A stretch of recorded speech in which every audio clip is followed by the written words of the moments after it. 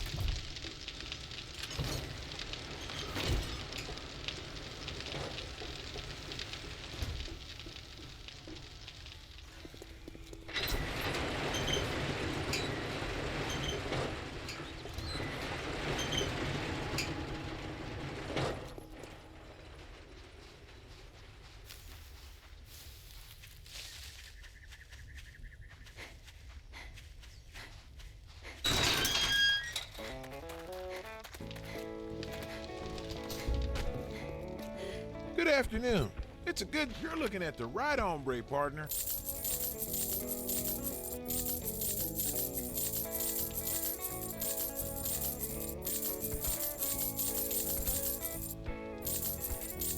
You can't beat that with a stick.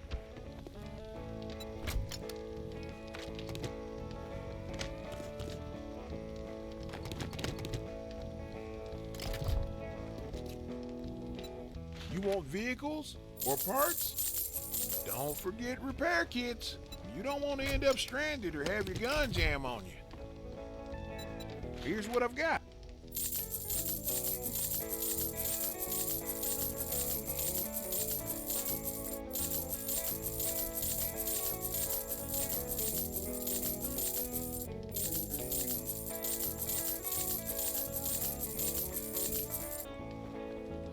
That came with a full no money back guarantee.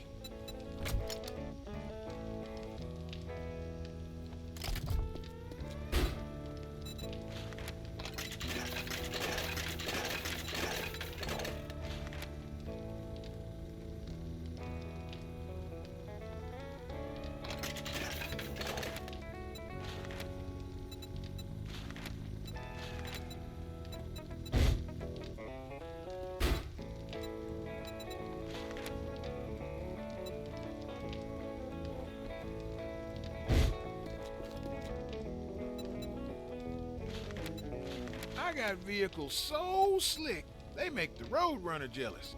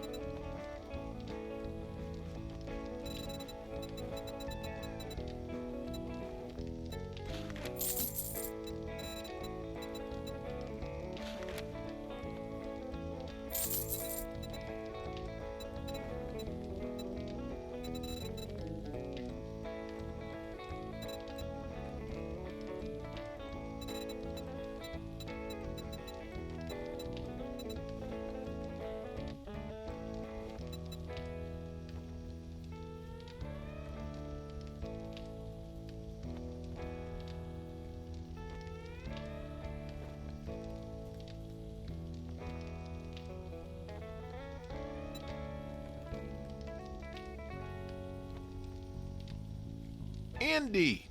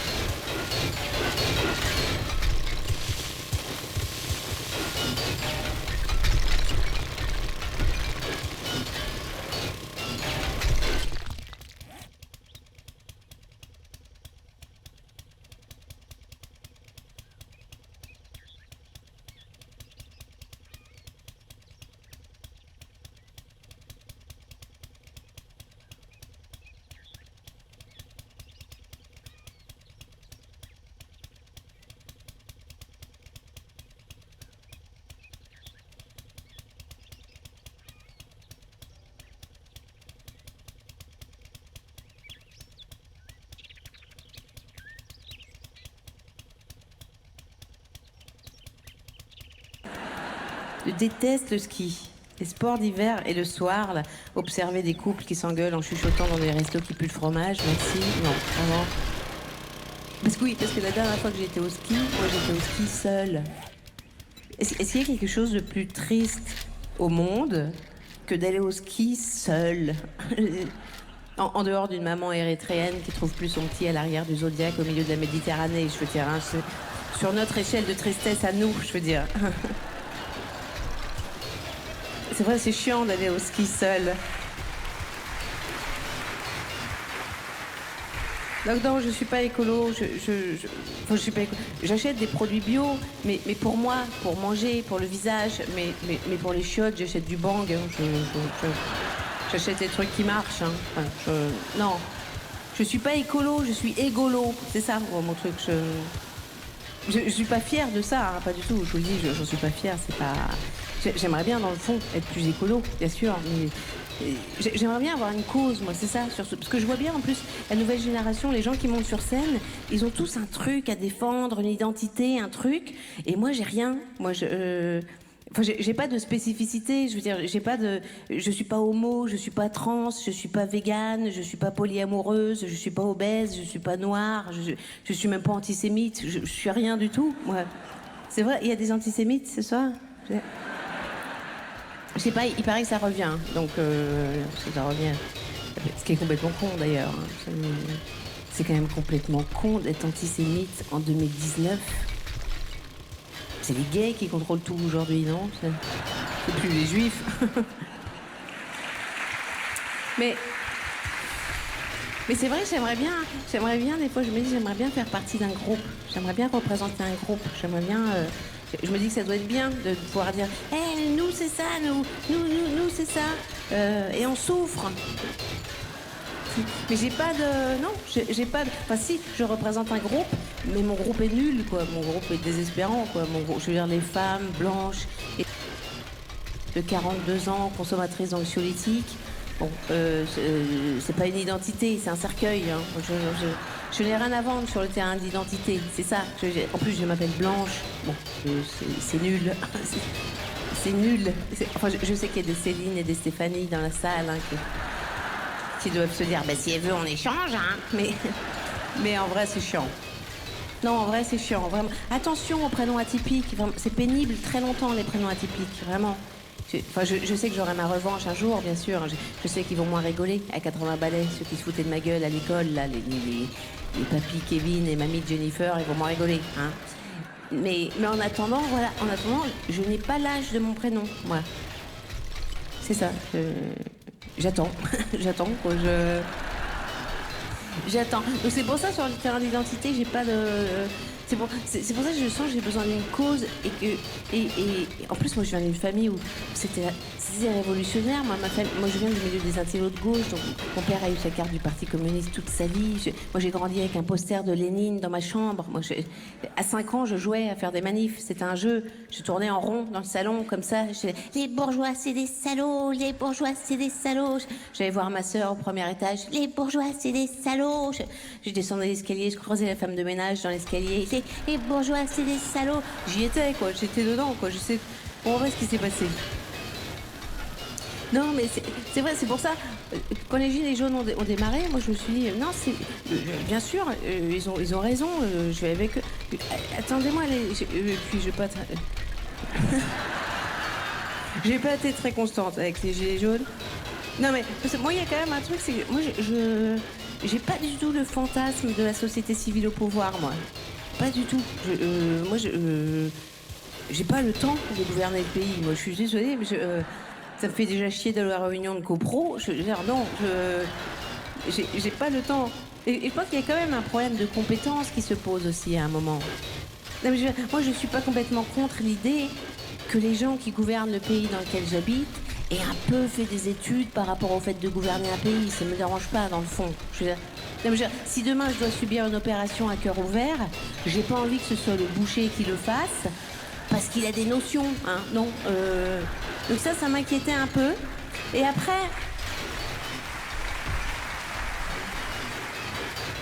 Je sens un gros soutien des Gilets jaunes à Bordeaux. Et après, l'attirance pour les référendums aussi, ça m'inquiétait un peu parce que c'est bien comme outil le référendum, bien sûr, mais pas trop, quoi. Je veux dire, attention aussi.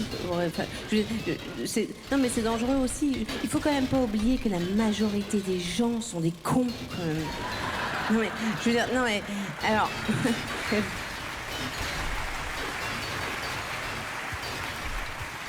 C'est bien, vous applaudissez à ça. Personne ne se sent concerné ce soir, hein. Ni con, ni gilet jaune, il n'y a rien du tout. Non, mais attention, hein, je ne veux pas faire de généralité, bien sûr. Je dis la majorité, c'est pour ça. C'est pas tout le monde, bien sûr. C'est pas vous, ce soir, bien sûr. Et bien sûr, il n'y a pas de cons à Bordeaux. Il n'y a pas de... Il n'y a que des Parisiens maintenant à Bordeaux. Non, mais alors, attention. Non, mais quand je dis ça, moi, je me mets du côté des cons. Hein. Je me mets vraiment du côté des cons. Moi, j'avais beaucoup plus de certitude à 20 ans qu'aujourd'hui. Moi, je suis paumée aujourd'hui, mais à un point que j'aurais jamais pu imaginer qu'on puisse être paumée. Si je suis sur scène, c'est pas du tout parce que j'ai l'impression d'avoir plus de choses intelligentes à dire que les autres. Moi, si je suis sur scène, c'est uniquement à cause de ma mère. C'est ma mère qui m'a mis là. Pas consciemment, mais c'est à cause d'elle que je suis là. Ma mère, à chaque fois que je finis un spectacle, elle me dit « Mais si, continue de faire des spectacles, ça te consolera de pas avoir eu de gamin. » Ma mère me dit ça. Parce que ma mère a une maladie. Ma mère elle dit tout ce qui lui passe par la tête. C'est ça, ma mère. Mais la moindre pensée qui effleure son cerveau doit sortir. Ça doit sortir. Avec la coupe de cheveux, c'est les 2 points communs qu'elle a avec Trump. C'est redoutable, quoi. Je veux dire... Donc, non, vraiment, si je suis là, c'est uniquement parce que je sais pas dire non à ma mère, c'est tout. C'est que je sais pas dire non tout court, d'ailleurs, je sais pas dire non, c'est un gros problème dans la vie. Je pense que c'est pour ça que je suis devenue hétéro également. Et donc, non, c'est vrai que con, le mot est violent, mais je pense que les hommes sont bêtes et méchants. Je pense, enfin, même pour être plus précise, je pense que les hommes sont bêtes et les femmes sont méchantes. C'est vrai. C'est pour ça que je suis pas écolo aussi, d'ailleurs. Hein. C'est pas parce que j'aime pas la planète. Elle est super, la planète. Mais justement, je pense que les humains ne la méritent pas, la planète. Non, mais les humains sont tellement bêtes et méchants que des fois, je me demande si la disparition des espèces, c'est pas, en fait, c'est pas des suicides de masse d'animaux. Ils se cassent. Ils en peuvent plus de vivre avec nous. Ils en peuvent plus. Ils se cassent. Ils se cassent poliment, discrètement. Sans parler, parce que les animaux ne parlent pas en permanence, ne commandent pas tout ce qu'ils font comme nous on fait. Non mais nous on parle en permanence, ça doit être fou du point de vue des animaux quand même. Les animaux utilisent la parole à bon escient. Les animaux utilisent la parole pour des choses essentielles. Les animaux ils parlent seulement pour dire vous êtes où, dégage, pas je suis déjà en cloque, des choses comme ça. Mais des choses essentielles.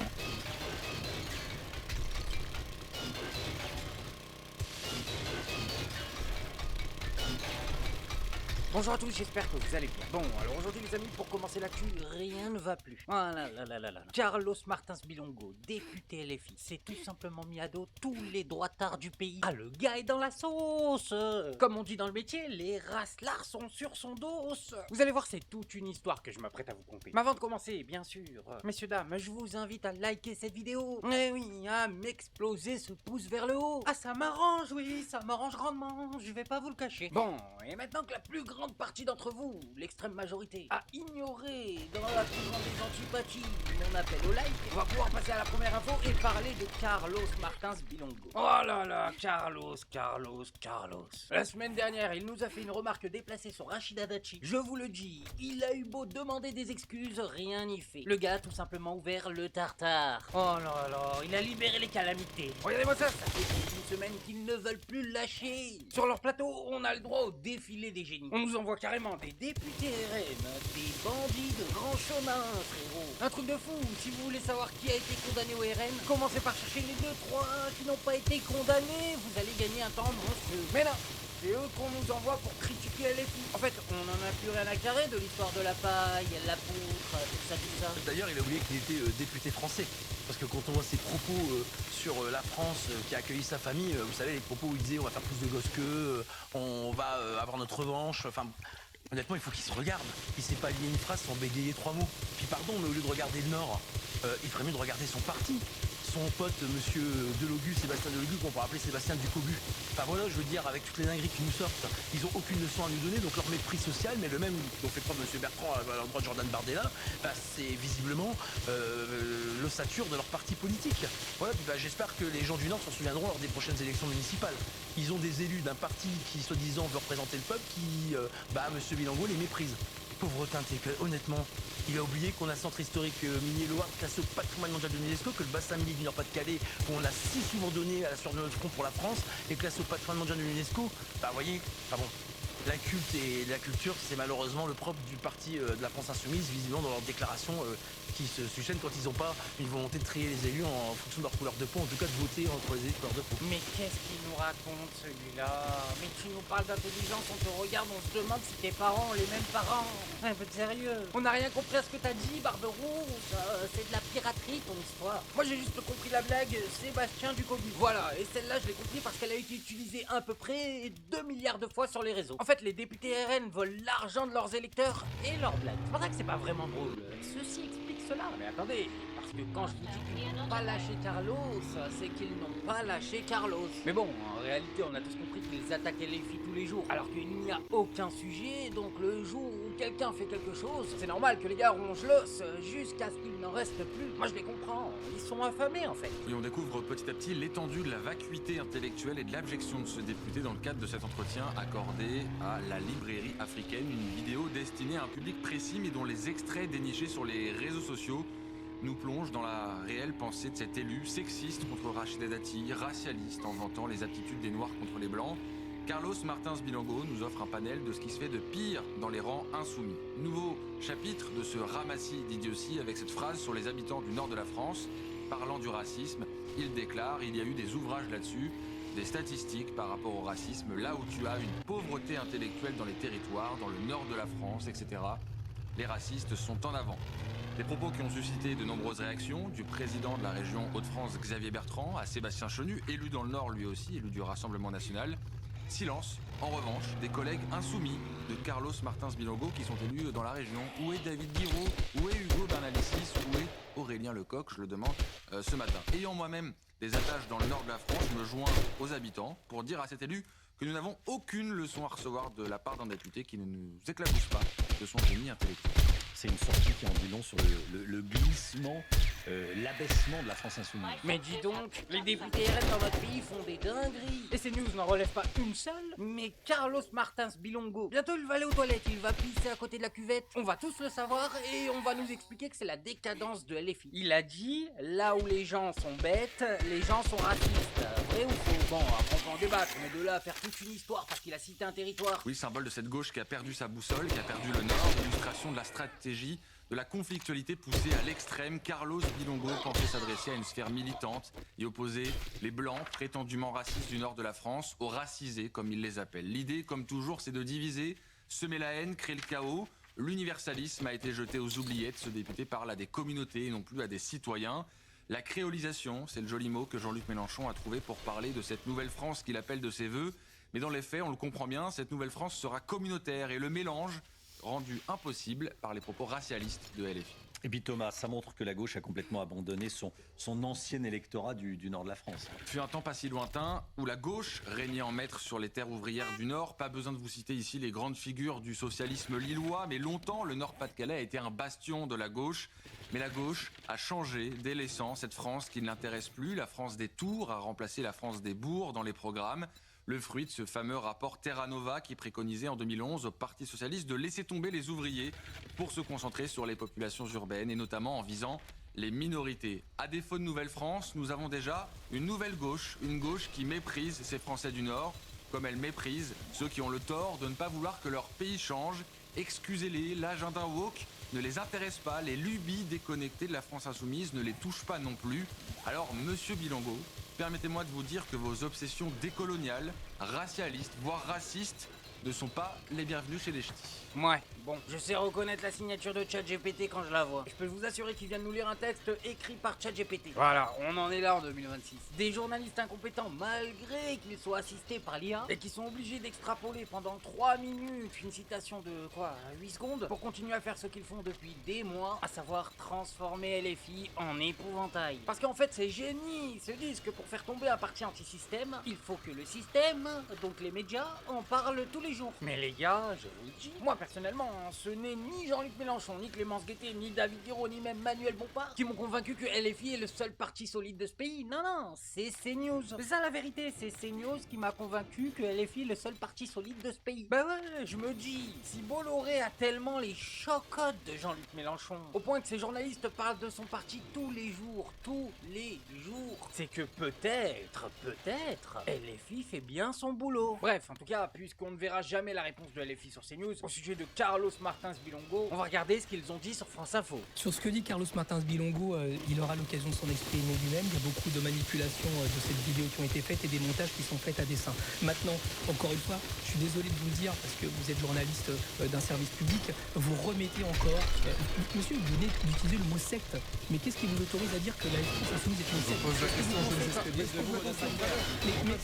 Mais c'est vous qui utilisez... Excusez-moi, mais vous utilisez les termes, les raisonnements qui sont ceux qui vous sont véhiculés sur les réseaux sociaux. Donc voilà, excusez-moi, je suis quelqu'un qui est un citoyen éclairé, qui est sur les lumières, qui est universaliste, qui est humaniste. Parlons des vrais sujets de l'école. Parlons, puisque vous me parlez de ça, parlons des enseignants qui sont mal payés. Est-ce que vous faites le même travail sur l'extrême droite? La réponse est non. Bien sûr, non, si vous comptez, monsieur, excusez-moi, je ne remets absolument pas en question votre liberté de la presse. Non, pas du tout, au contraire. Je ne remets pas en question votre déontologie. En revanche, ce que je peux remettre en question, parce que ce n'est pas moi qui le dis, ce sont y compris les études de certains de vos confrères, de vos consoeurs, c'est que le temps consacré, le harcèlement qui est fait sur les députés de la France Insoumise est sans commune mesure aux journaux et aux thématiques qui sont développées sur les députés d'extrême droite. Et ça, je suis en droit de le faire remarquer. Donc pas de problème sur les propos qui ont été faits sur les députés RN qui ont eu quelques problèmes. On en a fait de nombreux aussi. On a eu l'occasion de poser des questions sur le sujet aux députés du Rassemblement National. Alors sur quelle question précisément? Allons-y, puisque vous voulez absolument... Là, on est pas là pour parler du Rassemblement National. Non, justement, ce que vous demandez, Paul, sur les propos de Carlos Martins Bilongo. Je vous ai répondu. Il y a dans ce qu'il dit, des vidéos qui ont été montées qui ne sont pas la vérité de l'ensemble de ce qu'il dit. Ce sont des morceaux choisis et ce sont des pratiques sur les réseaux sociaux qui sont une atteinte à la démocratie. Libre à lui de mettre en place les actions en justice qui lui appartiendra. En revanche, ce qui est certain, sur la question de Madame Dati dont vous avez prévu, le mouvement a été très clair, il s'est désolidarisé de ses propos. Carlos Martins Bilongo a présenté ses excuses et je pense qu'il a dans son activité parlementaire toute ma confiance pour faire en sorte qu'avoir une discussion de potage, ce n'est pas sérieux et qu'à partir de là, il s'est excusé pour cela. Maintenant, faites ce même travail en nombre et en quantité sur les députés du Rassemblement National et là, ça sera crédible. Oh, mais on est parti pour parler de Carlos jusqu'en 2027 ou quoi? C'est bon, on s'en fout. Je le dis, tout le monde le pense, on s'en fout. En plus, ces propos, même s'ils sont déplacés, on est tous d'accord, tous. Le parti LFI est d'accord avec ça. Les propos sont bel et bien déplacés. Et même s'ils sont déplacés, là vous les extrapolez, vous leur faites dire ce qu'ils n'ont pas dit pour encore plus nous choquer. Bah attendez, il y a quand même un monde entre ce qu'il a dit et l'accusation finale. Et surtout, en quoi s'engage LFI en sachant que tout le monde est d'accord pour dire que c'est déplacé. Bon, et maintenant les amis, on va changer totalement de sujet. Ah c'est bon, l'histoire avec Carlos, ça m'a saoulé. On va aller sur LCI pour constater ensemble une chose fout notre gueule. Oh là là là là là là. Regardez-moi ça, et sachez qu'à gauche c'est Sabrina Agresti-Roubache, ex-ministre, et regardez-moi ce cinéma. Je n'ai jamais vu un ministre, un député, un sénateur rentrer dans un bureau et dire « je propose de faire des économies ». Alors que ici, dans les émissions de télévision, ils sont tous en train de nous parler de la dette qui est très grave. Oh la dette, mon Dieu, elle est grave. Il faut se serrer la ceinture. Et quand ils sont dans le vrai exercice du pouvoir, ils disent « j'en ai rien à faire des impôts des Français, je veux plus de pognon, plus de dépenses, plus de pognon, plus de dépenses ». Quand même, zut, c'est ça, on est au cœur de la schizophrénie française, du mensonge français. On a 577 députés qui se foutent, et d'ailleurs on le voit maintenant, qui se contrefichent de l'idée de faire des économies. Mais comment peuvent-ils prendre des décisions économiques? On a vu patron de la commission des finances. Éric Coquerel et les filles confondre chez ma consoeur que je salue, Edwige Chevrillon sur BFM Business, liste confondu, chiffre d'affaires des entreprises, bénéfices, résultats, salaire du patron. Le patron de la commission des finances de la France. Il faut rayer de notre histoire les noms de ces députés qui pendant 30 ans nous ont coulés. Faut voir d'où on vient. Après la Première Guerre mondiale, la France est enviée dans le monde entier. On est la première puissance du monde avec les États-Unis et l'Angleterre. Il y a bien des gens qui en 100 ans ont coulé ce pays. Les agences de l'État, il y a soi-disant 1500 agences de l'État qui sont redondantes. J'ai fait 50 émissions sur ce sujet. 50. On n'en a pas supprimé une. Pas une seule. Alors que les politiques viennent ici, ils disent vous savez, Éric Brunet, il y aurait des choses à faire du côté des agences de l'État. Depuis 20 ans, ils disent mais Putain, Oscar, cet homme, c'est incroyable la performance, c'est devenu la résistance. Par contre, on se demande tous pourquoi tu parles à la troisième personne alors que t'as carrément Sabrina Goustourba, une ministre macroniste devant toi. En plus, c'est la caisse, elle en rajoute, elle s'amuse. En fait, ils sont pas comme les Français, ils sont en train de faire le show. D'ailleurs, quand il nous dit il, ah ouais, je veux bien, mais il, c'est qui donne des noms, mousse un peu, fais un effort. Et là, il y en a peut-être 2-3 qui se mettront à croire que ce que tu dis te touche. Bon, et pour terminer, je voulais revenir sur le débat entre Marion Maréchal Le Pen et Marine Marion Maréchal Le Pen, c'est oh là là, c'est comme ça qu'on t'apprécie, Marine. Pas quand tu fais dénoncer les titres de présidence, non. Quand tu fais des débats et que tu es pertinent. Eh bien, vous êtes inhumaine, antisociale et vous êtes contre l'économie. Parfait. Vous dites que les Français ont très peur de l'immigration, comme tout à l'heure, ils avaient très peur des musulmans. Oui, c'est les sondages et vous y contribuez énormément. CSA, vous savez qu'en France, il y a un peu dur à l'essence. Non. Allez-y, Marine Tondelier. Souffrez que je vous réponde. Il y a en France 8% de musulmans. Est-ce que vous savez combien les Français pensent qu'il y a de musulmans en France? De plus de 18 ans. Les Français pensent qu'il y en a 31%, donc alors qu'il y en a 8. Parce que vous en parlez tout le temps. Vous en parlez tellement qu'on a l'impression qu'il n'y a que des musulmans dans ce pays que vous ne voyez que ça. Quand on voit les musulmans déjà. C'est pour vous montrer que la perception du pays dépend de ce que vous en racontez, vous et vos chaînes admis dont la ligne éditoriale et vous donnez raison, qui transforment la perception des gens et qui leur font pas autre chose que la réalité. Laissez-la répondre. Vous êtes la première à protester quand elle vous interrompt et vous Marine Tondelier. Elle fait l'inverse comme dans le programme. Donc, une étude très intéressante faite par des universitaires démontre que lorsque les médias adoptent un traitement plus neutre sur l'origine nationale étrangère des auteurs présumés d'infraction par exemple, les inquiétudes à l'égard de l'immigration se réduisent. C'est-à-dire que le traitement médiatique et ce que vous racontez dans les médias joue énormément. Savez-vous que 60% des aides à domicile en Ile-de-France, savez-vous que 38,8% des employés de maison sont immigrés, savez-vous que 28,4% des employés de gardien sont immigrés, 22% des cuisiniers, 24% des ouvriers non qualifiés du bâtiment et 18% des médecins hospitaliers. Et donc ce que je la démonstration d'ailleurs, madame, c'est que même le MEDEF dit que dans la dette n'est pas gauchiste, dit qu'en 2050 il faudra 3,6 millions de travailleurs étrangers et vous leur répondez qu'ils s'en aillent tous. Eh bien vous êtes inhumaine, antisociale et vous êtes contre l'économie. Parfait. Je vais quand même préciser aux gens qui nous regardent qu'il y a aujourd'hui 11,3% de la population française qui est immigrée et que c'est bien en dessous de la moyenne de l'OCDE qui est à 13,5%. Que sur les immigrants illégaux en France en 2024 il y en a 239 000 soit 0,05% de la population et que oui, quand on me dit que les immigrés viennent profiter des aides sociales, j'ai du mal parce que je sais bien que les travailleurs sans papier sont exclus de toute prestation sociale,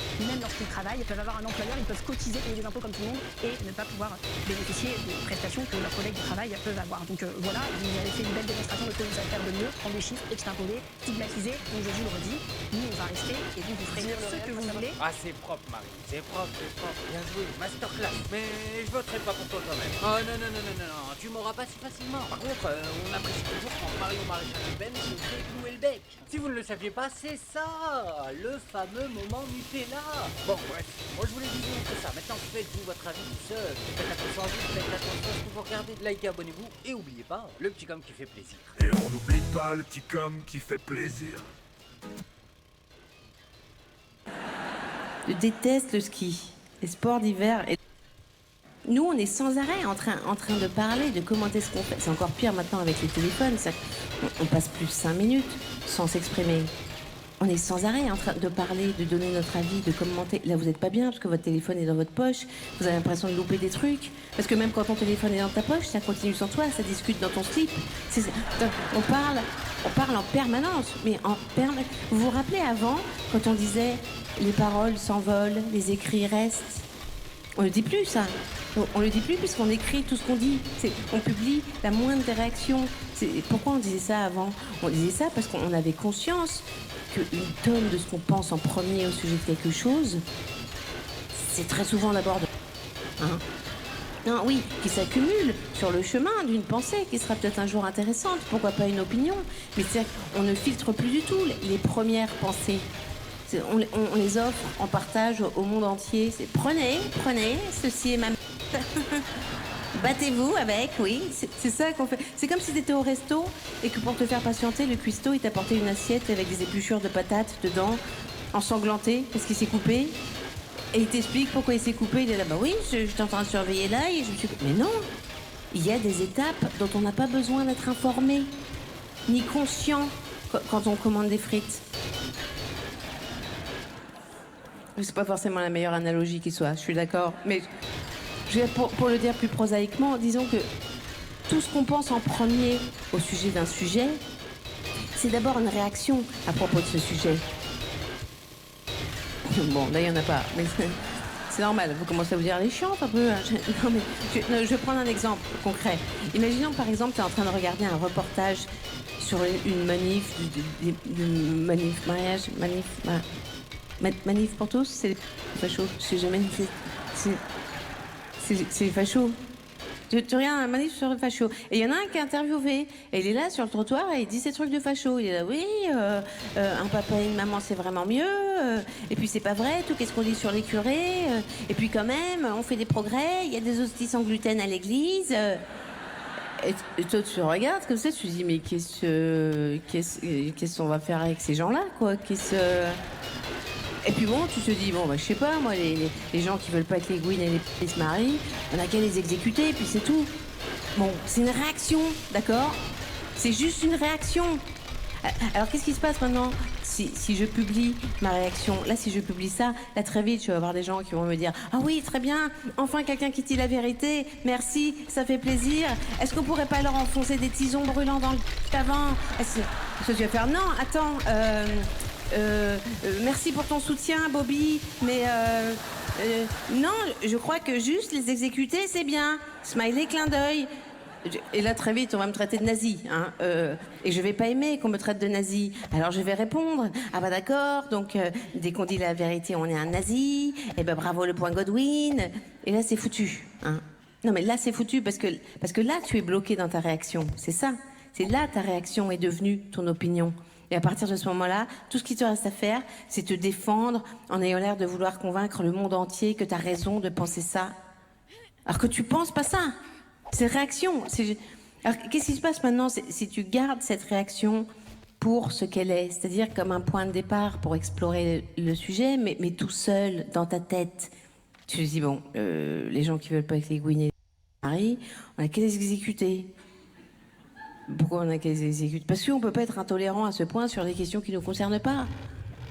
Mais pourquoi ils sont intolérants à ce point? Peut-être que ça touche chez eux un point tellement sensible qu'ils sont plus capables de se mettre à la place des autres. Peut-être que le mariage, ça serait une sorte d'institution symbole qu'il conviendrait de conserver telle quelle dans un monde qui changerait trop vite. Peut-être que le slogan « Un papa et une maman, c'est ce qu'il y a de mieux pour un enfant », c'est une sorte d'appel à l'aide de gens qui ont peur de plus comprendre le monde à la génération suivante. Mais alors, s'ils ont peur à ce point, dans le fond, est-ce que c'est pas parce que c'est tous des gros... Oui, c'est là on a analysé le truc. Là, oui. Là, on a abouti à une opinion intéressante. Là, oui. Et là, tu peux prendre ton téléphone pour tweeter la manif pour tous, c'est rien que des gros... Là, tu peux le faire. Bon. Mais bon, même ça, je vous encourage pas forcément à le faire. Je vous encourage pas... Non, parce qu'en fait, en termes plus généraux, je pense surtout qu'on n'est pas obligé de tout partager, c'est ça. Je pense que c'est important de défendre la liberté d'expression, bien sûr, mais je suis pas loin de penser que trop s'exprimer rend con. Mais par effet de vase communicant, en fait. Tout simplement parce que penser et parler, c'est pas la même action. Donc forcément, si tu parles beaucoup, c'est au détriment de l'autre action. C'est mécanique, en fait. Mais c'est comme les gens qui te disent « Attention, je réfléchis à voix haute. » Non, tu mens, tu gagnes du temps, tu sais pas ce que tu dis, t'es paumé comme tout le monde. C'est ça la vérité. Mais comme tout le monde, parce qu'on est tous paumés. Non mais là j'ai vu dans une papeterie récemment, ils ont inventé le stabilo gomme. Non mais c'est grave. Non mais c'est un stabilo avec une gomme sur le bouchon du stabilo pour effacer ton stabilotage. Non mais il y a un grave problème, je suis toute seule sur le stabilo là. Je veux dire, on est d'accord que quand tu stabilotes un truc, c'est juste que tu veux te souvenir de ce truc. C'est pas plus engagé que ça. Quel est le chemin mental qui te fait arriver dans cet état? Quel genre de personne j'ai été pour stabiloter ça? Putain, vite, une gomme! Non, on est d'accord que c'est l'outil sur mesure du schizophrène hystérique, quand même. Non, on parle trop. On parle. Le monde n'a pas besoin de l'avis de tous sur lui en permanence. Ça n'a pas de. On nous fait croire que notre avis compte. On nous suggère de mettre des notes à tout ce qu'on fait. Alors on évalue, on met des notes. Ça n'a aucun sens. Les spectacles sont notés, les œuvres, comme si c'était des sèches-cheveux. Non mais moi je vous interdis formellement de me mettre une note sur un site de billetterie, que les choses soient bien claires entre bonnes ou mauvaises. C'est pas, je suis pas en train de vous vendre un produit. Là, je suis pas en train d'essayer de vous satisfaire, d'accord? Moi je parle, vous m'écoutez. C'est un win-win, mais on s'arrête là. Non, on parle trop. Et je pense qu'en plus, on se met en danger à parler comme ça en permanence. Parce que là j'ai passé du temps récemment sur Twitter. J'avais jamais vraiment passé du temps sur Twitter. Je me suis dit à un moment qu'il faut quand même voir comment ça marche. Et je me mets un soir, 20h, devant Twitter. À 4h du matin, j'y étais encore. Waouh, bien envoyé, Snoopy 93. Waouh. Non mais, les gens sont en danger, vraiment. L'ordinateur, c'était censé nous faire gagner du temps. Au départ. Mais qu'est-ce qui s'est passé? Mais les gens sont en danger. Avant, qu'est-ce qui se passait avant? Tu sortais du travail, tu coupais avec le travail, t'allais au bistrot, t'allais t'en jeter un ou deux, t'allais dire de la merde pendant 2-3 heures, bon. Mais à un moment, le bistrot, il fermait. Là, ça ne ferme pas, c'est en continu, c'est 24 heures sur 24. Puis c'était pas grave, ça portait pas à conséquence que tu disais au bistrot. Au pire, le lendemain, le patron était là. Bon, il a dit un sacré paquet de conneries, Michel, hier, hein. Il en tenait une bonne. Ah bon, on a dit quoi, Michel? Je sais pas, j'étais bourré aussi. Bon, voilà. C'est pas grave. Aujourd'hui, c'est pas ça. Aujourd'hui, c'est regarde ce qu'il a dit, Michel, en 2014. Les gens sont en danger. Non, moi, je pense sérieusement qu'il faut faire une loi. Il faut fermer Twitter. À minuit, on ferme. Allez, je pense que tout le monde a assez dit de conneries, là. Tout le monde doit aller faire un gros dodo. Vas-y, un dernier pour la route. Fils de... Voilà, enfin, ça... Je pense que c'est nécessaire.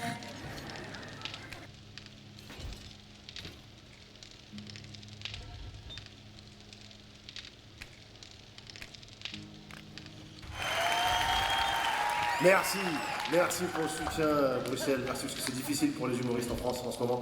Entre Harry Habitant qui peut plus travailler et Blanche Gardin qui enchaîne les spectacles. Non, pardon, c'est l'inverse. Excusez-moi, c'est l'inverse. Harry, ses spectacles sont complets. Hein. Si les accusations de viol, ça fait vendre des billets, j'espère que ça va pas donner des idées aux nouveaux humoristes qui se lancent. Parce que... Nous, on est sans arrêt en train de parler, de commenter ce qu'on fait. C'est encore pire maintenant avec les téléphones. On passe plus 5 minutes. Non, c'est pas plus mal d'avoir un gros cul quand on est dépressif, je vais vous dire, parce que ça donne un but dans l'existence, en fait. Maigrir, on sait pourquoi on se lève le matin, c'est ça? Et quand on a un but dans la vie, on se suicide moins. Moi, je me suicide beaucoup moins qu'avant. Alors bon, c'est aussi à cause de tout ce qui se passe aussi depuis quelques années, là. Bon, le djihadisme, Pray for Paris, Pray for toutes les capitales où ça se passe. Là, je suis un peu paumée, moi, spirituellement, c'est vrai. Et du coup, je me dis, le suicide, c'est risqué, peut-être un peu. Hein? C'est vrai, c'est une belle idée en soi, le suicide. Attention, hein, c'est une très belle invention. Genre, quand t'es au bout de ta vie, que tu te dis, bon, bah, visiblement, l'existence, c'est quelque chose qui n'a pas été fait pour moi. Tu te dis, bon, au pire, si ça tourne mal, j'ai l'option suicide, je peux le faire. Hein. C'est une idée qui est très réconfortante, en fait. Mais si le doute spirituel intervient, alors là, c'est plus du tout une idée réconfortante, parce qu'on se dit, mais t'imagines, tu te suicides, et boum, il y a une vie après la mort, en fait. Encore cette merde? Non, c'était pas le projet, en fait. Hein. En fait, t'as intérêt d'aimer la vie si tu te suicides, en fait. Parce que c'est peut-être pour toujours que tu te la cognes après. Moi j'ai très peur de la vie éternelle. À cause de ça, j'ai... Et en plus, ils sont tous dessus. Bah, ça y est, c'est le projet, ils sont tous dessus. Ils veulent supprimer la mort. Hein. Pour de vrai, c'est une vraie information. Hein. Google investit des milliards de dollars dans la recherche contre la mort. Hein. Mark Zuckerberg, notre père à tous, investit une grande partie de sa fortune dans la recherche pour la vie éternelle. C'est fascinant quand même. Hein. Il y a les 3/4 des habitants de cette planète qui a l'espérance de vie d'un labrador cancéreux, à peu près. Et dans la Silicon Valley, on est là, ça fait chier de mourir d'un cancer à 85 ans. C'est fascinant quand même. Non mais c'est flippant. On est peut-être sur le point d'éradiquer la mort, là. C'est flippant. C'est flippant. Moi j'ai peur que ma mère l'apprenne en plus.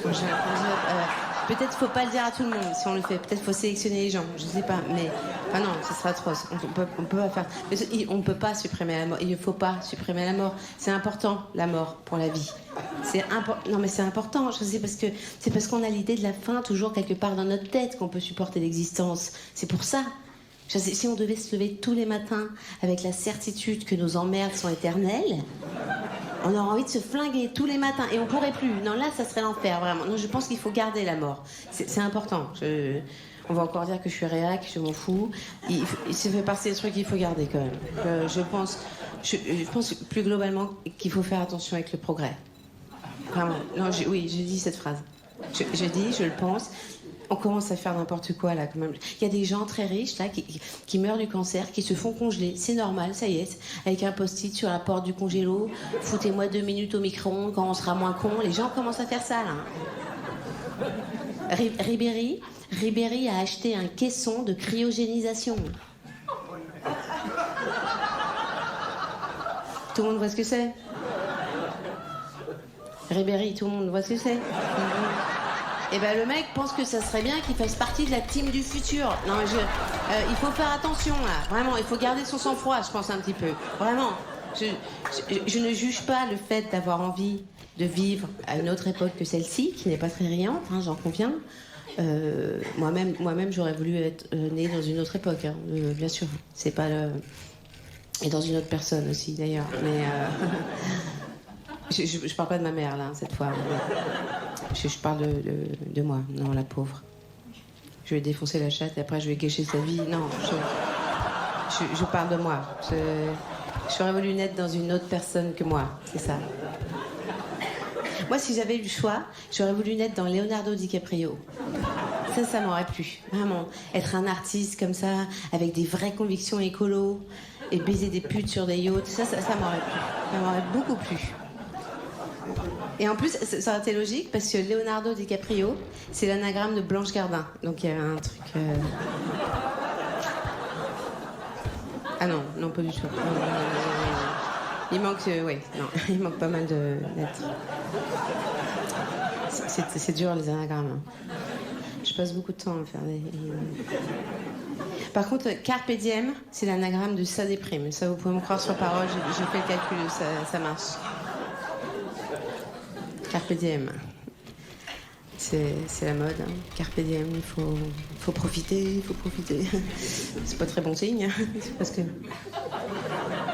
Moi, j'ai essayé de profiter du moment présent, de cueillir dès aujourd'hui les roses de la vie, tout ça. Mais quand il se passe rien, c'est compliqué, en fait. Moi, il ne se passe plus rien dans ma vie. Ma vie privée est un désert événementiel. Vraiment, il ne se passe plus... Moi, j'ai 40 ans, je suis célibataire depuis 4 ans maintenant. Il ne se passe plus rien dans ma vie. Mais les années passent, il ne se passe plus rien de nouveau. Il n'y a plus jamais... Si je mets des colliers, ça c'est nouveau. Voilà, ça c'est la nouveauté, 2017. Je mets des colliers. C'est... Oui, je mets des colliers. Je me dis, quitte à pas me faire baiser, autant ressembler à une femme de lettres. Voilà. Au moins, tu ressembles à quelque chose. Pas à quelque chose de génial, mais à quelque chose d'identifiable pour les gens, quoi. Les gens se disent, tiens, une femme de lettres. Bon, ouais, je me dis, ça c'est bien. J'existe. Je suis à 2 doigts des lunettes avec la chaînette, là. Je sens que ça va m'arriver. Mais c'est pas grave en même temps, parce que je trouve ça touchant comme objet. Non, les lunettes avec la chaînette, c'est vrai, c'est touchant cet objet. C'est quand même un signe extérieur de solitude extrême, cet objet. Enfin, je veux dire, Les lunettes avec la chaînette, c'est pour moi... Enfin, c'est surtout un signe de niveau de gestion de la solitude qui m'intéresse beaucoup.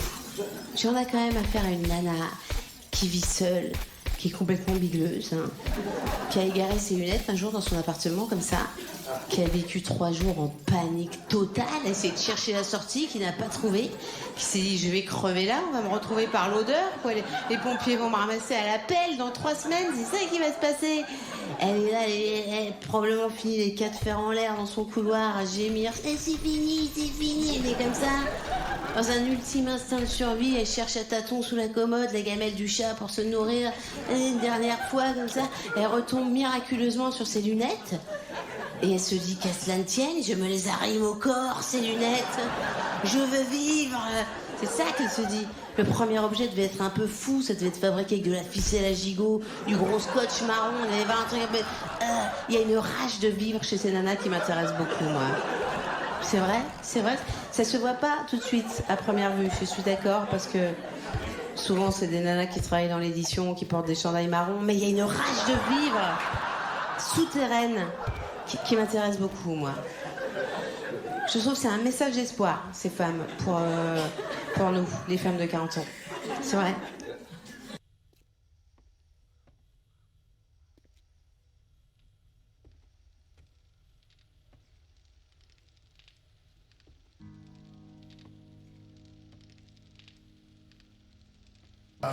Ça va aller très très vite.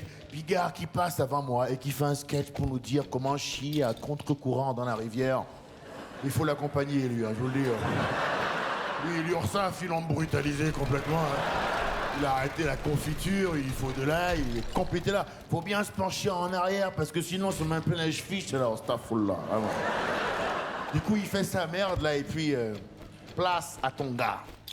Ce jour-là, j'arrive dans Cartis du futur, 2.0. Tu l'as vu, hein, dans la vie, je suis un mec courageux. T'as vu avec Fort Boyard, je suis plutôt vaillant. On savait que ce jour-là, quand le moment est venu de lâcher la bombe en direct, je vais être honnête avec vous. Je sens un tremblement au niveau de mes genoux. Arrête de te foutre de ma gueule, toi. Je fais ce que je peux. Première télévision. En plus, je voulais parler de la France-Afrique qui avait entre Vincent Bolloré et Alpha Condé, le président de Guinée. Comme quoi il a sponsorisé la campagne du gars. Et en échange, il a eu la gestion du port. Je dis, putain, si je dis ça, là, le retour va être technique. Peut-être même pas de retour, en vrai, hein. Et je pense que Vincent Bolloré... Mais je me dis, bon, je suis pas que européen, je suis aussi africain. Je suis pas que français, je suis aussi béninois. Si j'en parle pas, qui va en parler? On y va, solide. Bonheur!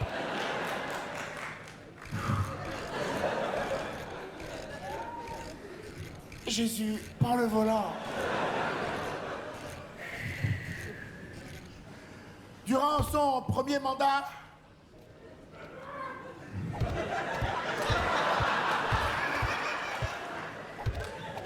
le président de Guinée,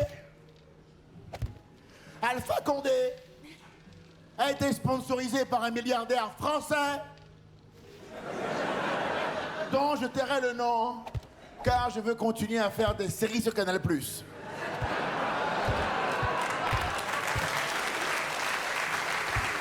Et la gueule de Hanouna quand j'ai dit ça. Ah non, là, hein. Non, l'émission s'est mise en pause directement. Moi, j'étais là, je crois que c'est à cause de moi, là. Je crois que j'ai niqué l'ambiance. La meuf de Mehdi est venue, mais t'es malade? Je dis, mais j'ai pas dit non. Mais ça veut dire la même chose, connard. Qui dirige Canal+? Je dis, bon, c'est vrai qu'il y avait un indice, je te l'accorde. C'est vrai que si on se concentre à fond, on peut remonter la piste. C'est vrai. Elle me dit, mais qu'est-ce qu'on va devenir? J'écoute, le gâteau est au four. Il n'y a plus qu'à surveiller la cuisson. On va bien voir ce qui se passe, tantine. L'émission reprend. Et autant vous le dire, j'ai senti que la dynamique avait changé. Palma de Bigard me regardait comme ça. Mais c'est un djihadiste, le nouveau, là. Vous l'avez formé où? À Kamtchatka? Qu'est-ce que c'est cette histoire? Il aura que 2 mois de carrière, lui. Et Cyril me regardait en mode, à la fin de l'émission, toi, je te nique ta mère, c'est sûr. Donc je suis en mode, il va falloir développer une stratégie. Je pense que le moment est venu pour toi, Edgar, d'appliquer une technique ancestrale transmise chez les humains de génération en génération. J'ai nommé la poudre d'escampette. Je me suis dit, rentrer vivant, c'est la nouvelle mission, ok? Je me suis dit, Edgar, franchement, ferme ta gueule. T'as assez brillé comme ça. Pour une deuxième télévision, les Français ont vu quand même que t'as largement rattrapé Fort Boyard. Je pense que là, il n'y a plus besoin de faire ses preuves. Reste discret. Toute l'émission, je la ferme. Et à la fin, ils envoient le générique. Aimons-nous vivants, je dis parfait. C'est là que moi, je file à l'anglaise. Et tu vois ce moment dans la vie où tu sens un souffle sur ton cou. Hanouna m'avait couru après, elle était là. Oui, attends. Ah oui, le milliardaire là. Tu parles de Vincent Bolloré? Tu parles de Vincent? Moi, j'étais là, qui peut vraiment dire qui est milliardaire et qui ne l'est pas? Je me suis bien parlé mandarin, première langue, je vous le dis. La meuf de média, elle m'a vu en galère, elle a fait son job pour une fois, elle s'est mise entre nous. Cyril, on devrait aller bruncher bientôt. Moi, parfait, poudre d'escampette. Taxi! Roulez! Vite! Je rentre chez moi, je me roule en gros, je fais... Bon ben là, c'est sûr, je suis une légende, motherfucker.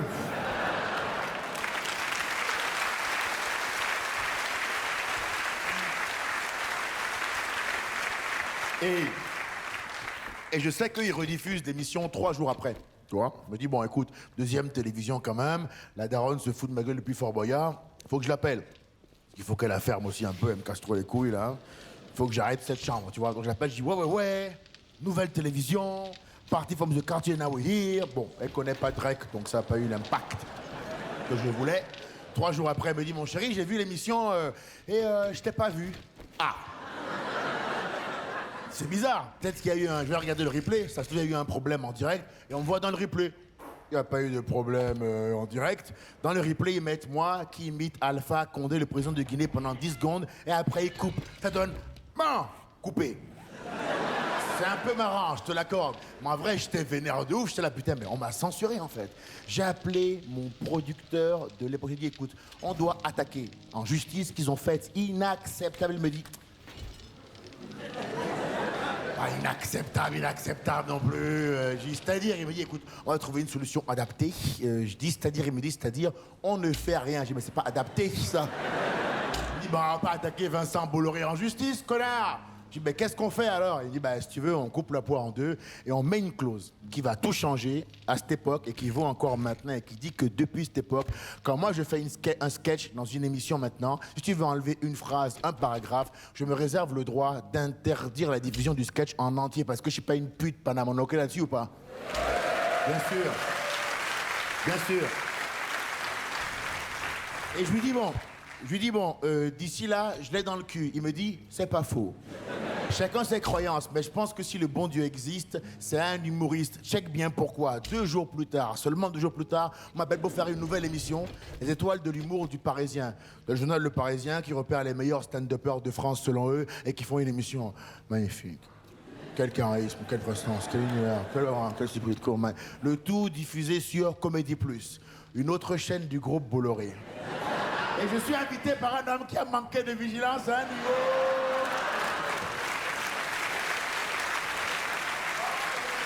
Oh yeah!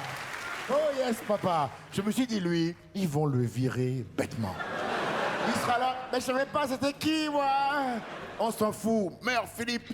Parce qu'au cas où c'est pas clair, messieurs, dames, moi je suis un vrai pirate. Hein. Je suis un bon garçon jusqu'à ce que tu me fasses chier. Après, il y a le Renoir qui prend le pouvoir. Donc si tu mets assez d'ambiance là-haut, je redeviens qui je suis. Je suis arrivé ce jour-là sur leur territoire pour en finir. Je vous l'accorde. Non, là, c'était prémédité, je vous le dis. Je suis arrivé en AK. On me dit, Edgar Yves, tu passes en dernier dans le show. Je dis, parfait. Le clou du spectacle. Il y a une dizaine de gars et de meufs qui font leur numéro avant moi. Et puis, c'est à mon tour. Ce jour-là, j'arrive lentement, à pas feutrer. Je me mets centre-scène, les pieds dans la terre, charisme à balle. À cet instant précis, dans ma tête, il y a un gars qui va près du disjoncteur et qui fait « Allez, hamdoullah !» Parce que là, plus question de plus dire de blaze. Hein. J'y suis allé à fond. Vous voyez Vincent Bolloré, c'est un enculé. Je ce mec est plus que riche, il contrôle les médias, il a un pouvoir d'influence, il fait les présidents de la République, c'est pas compliqué. Si Emmanuel Macron c'est une pute, Vincent Bolloré c'est le Mac. Je pense qu'il y a des matins... Attends. C'est là, je pense qu'il y a des matins, il le suce dès le réveil. Alors Manu, c'est quoi les présidents de la République? Bah écoute Vincent, je sais pas encore, on verra ce que je peux faire. Et quel était là? Et c'est en direct!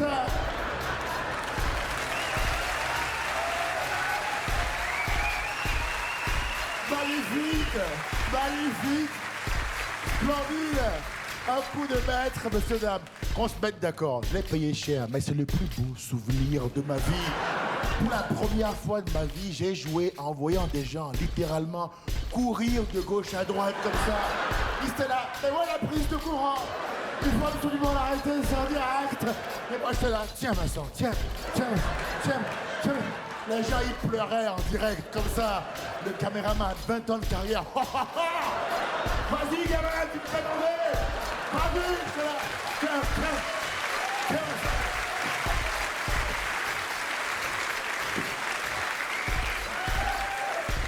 Et pour vous dire à quel point j'ai fumé la salle, le lendemain, le Parisien a fait un article titré « Une étoile est née ». Maravillosa. Mais pour ne rien vous cacher, à la fin de mon passage, j'ai senti que la dynamique avait changé. La meuf de média est venue, mais t'es malade! Je suis là, c'est vrai que j'ai manqué un peu de vigilance, je suis d'accord. Elle me dit, mais qu'est-ce qu'on va faire? J'y écoute. Le gâteau est au four. Il n'y a plus qu'à surveiller la cuisson. On va voir ce qui se passe, Tantine. Le staff de Canal+, c'était le meilleur moment. Eux, ils me regardaient comme ça.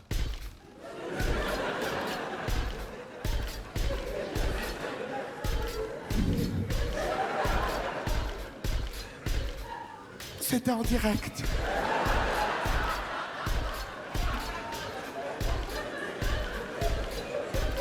C'était en direct. Tu comprends ce que ça veut dire? Ça veut dire on peut pas changer.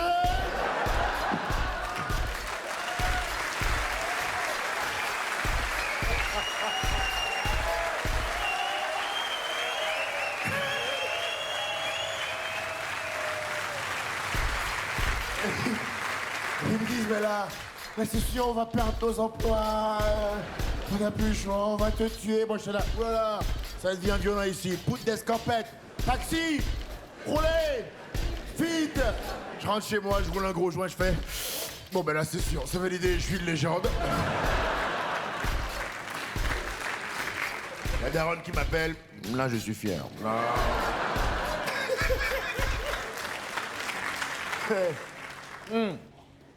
3 jours plus tard, c'est parce que du coup, moi je suis au courant que même que c'est en direct, ils rediffusent 3 jours après. C'est le mode opératoire. Et là, à Paris, je suis pas un génie. On a 14 de relance. Mais je me suis dit, la probabilité que les mecs rediffusent, elle est faible. On est OK là-dessus. Mais tu sais quoi, pirate jusqu'au bout, j'appelle pour checker. Même pas peur. Bonjour, je suis Edgar Yves, j'ai presté pour vos étoiles de l'humour. D'ailleurs, c'est moi l'étoile.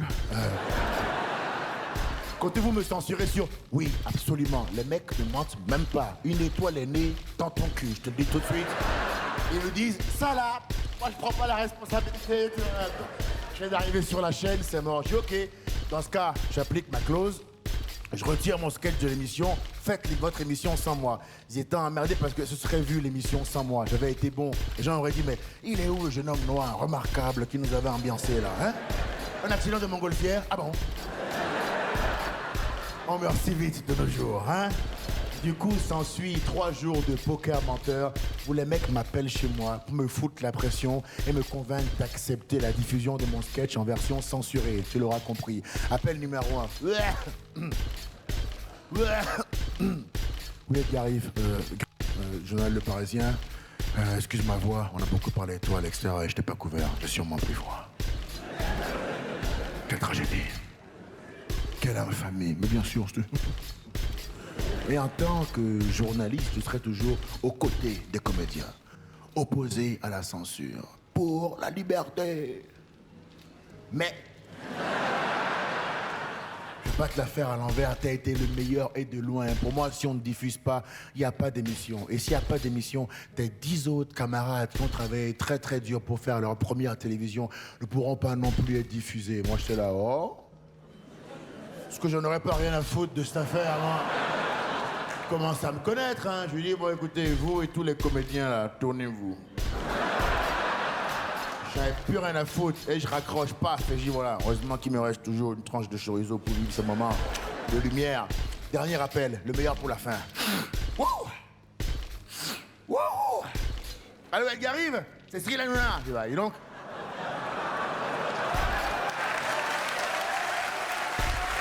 Il ne respecte rien. Je lui dis bah, dis donc, c'est brillant chez vous. Il me dit, tu trouves? Yeah! Oh, ok.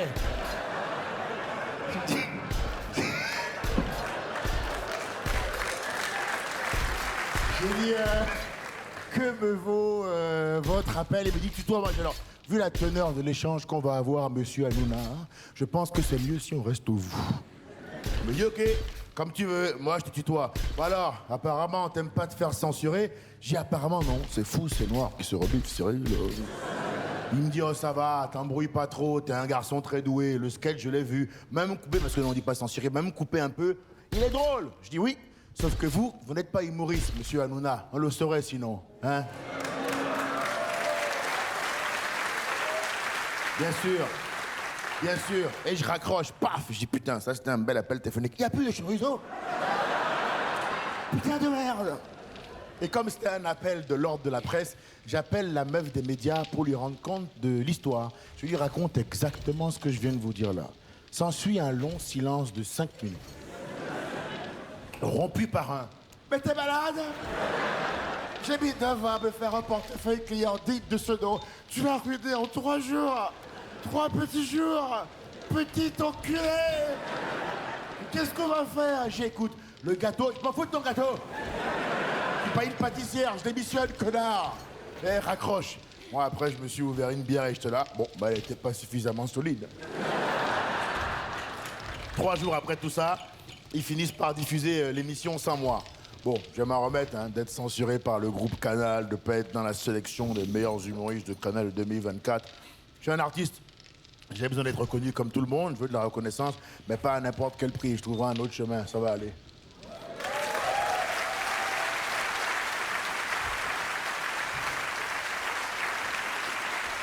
Par contre, ça avait commencé à faire du bruit dans les couloirs, cette histoire. J'étais pas au courant, il était là, putain. Il y a un noir agressif qui soulève tout le monde en ce moment. Très très chaud, très très chaud. Et du coup, il y a une femme courageuse à cette occasion, que je salue tous les soirs en tournée, une femme brave, journaliste du Monde, qui a fait un article dans Le Monde titré « L'humoriste Edgar Yves censuré par 2 fois sur C8, puis Comédie Plus ». Et l'AFP, Agence France Presse, s'en a emparé, et il y a une trentaine de rédactions partout en France qui ont fait un papier sur ça. Ça veut dire que moi, je suis chez moi, confiné, caleçon, chaussettes, des fois juste et je vois un truc qui sort sur moi tous les matins, j'étais là, voilà. C'est ça le niveau qu'on voulait atteindre depuis le début. Le niveau des grands.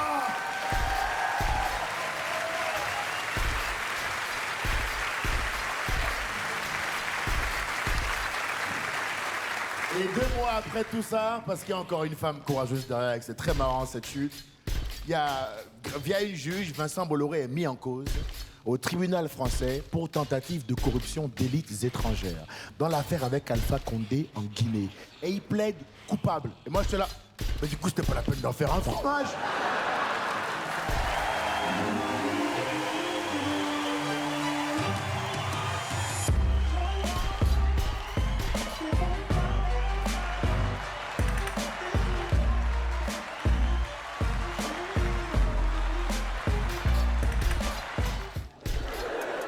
Vigilance, soyez vigilants! Tenace, collectif!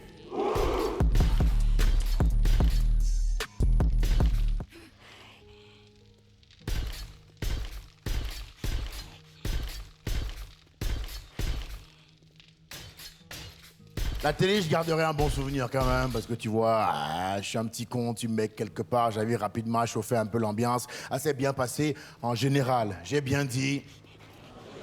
Il y a une émission que j'ai fait récemment, faut qu'on débriefe, Fort Boyard. J'ai manqué de vigilance à un niveau. Ouais.